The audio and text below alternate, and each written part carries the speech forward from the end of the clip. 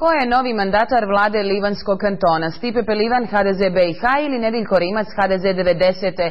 Činjenica je da mandatar za sastav nove vlade Livanskog kantona Stipe Pelivan u skupštinsku proceduru još nije dostavio imena ministara. Iz rukovodstva skupštine ističu da rok nije bio precizan, te da će ih Pelivan o rezultatima izvijestiti do kraja ove sedmice. U međuvremenu Nediljko Rimac tvrdi da je od danas on zvanično novi mandatar za sastav vlade Livanskog kantona. Za Nediljka Rimca ranija odluka predsjedništva Skupštine po kojoj je mandat povjeren Stipi Pelivanu jasno je definirala i rok. Stipe Pelivan bio je dužan da do kraja mjeseca osigura skupštinsku većinu i predloži imena ministara u budućoj vladi. Budući da to nisu napravili, odnosno nisu uspjeli napraviti skupiti parlamentarnu većinu i predložiti novu vladu, zaključak Skupštine je bio da znači od 1.8.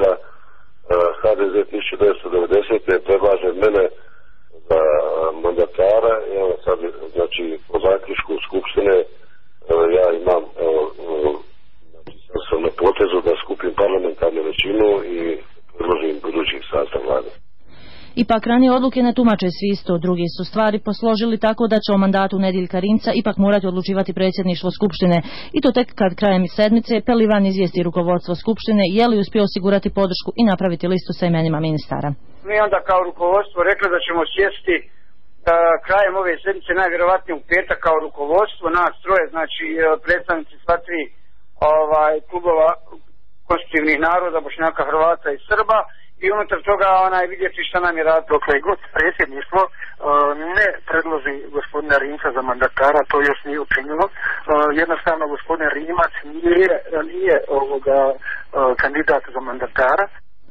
Zbunjuju i odnosi dva HDZ-a, iako vrhovi HDZ-ova insistiraju da dobra saradnja postoji, ima onih koji se teško otimaju dojmu da međusobni odnosi upravo zbog podjele fotelja nikad nisu bili klimaviji, ali je to istovremeno ponukalo druge da počnu sumnjati u tajne dogovore koje HDZ-ovi vode kako bi sebi osigurali pozicije. Još se oni unutar sebe nisu razmišljali, još oni unutar sebe nisu riješili svoje partnerske odnose.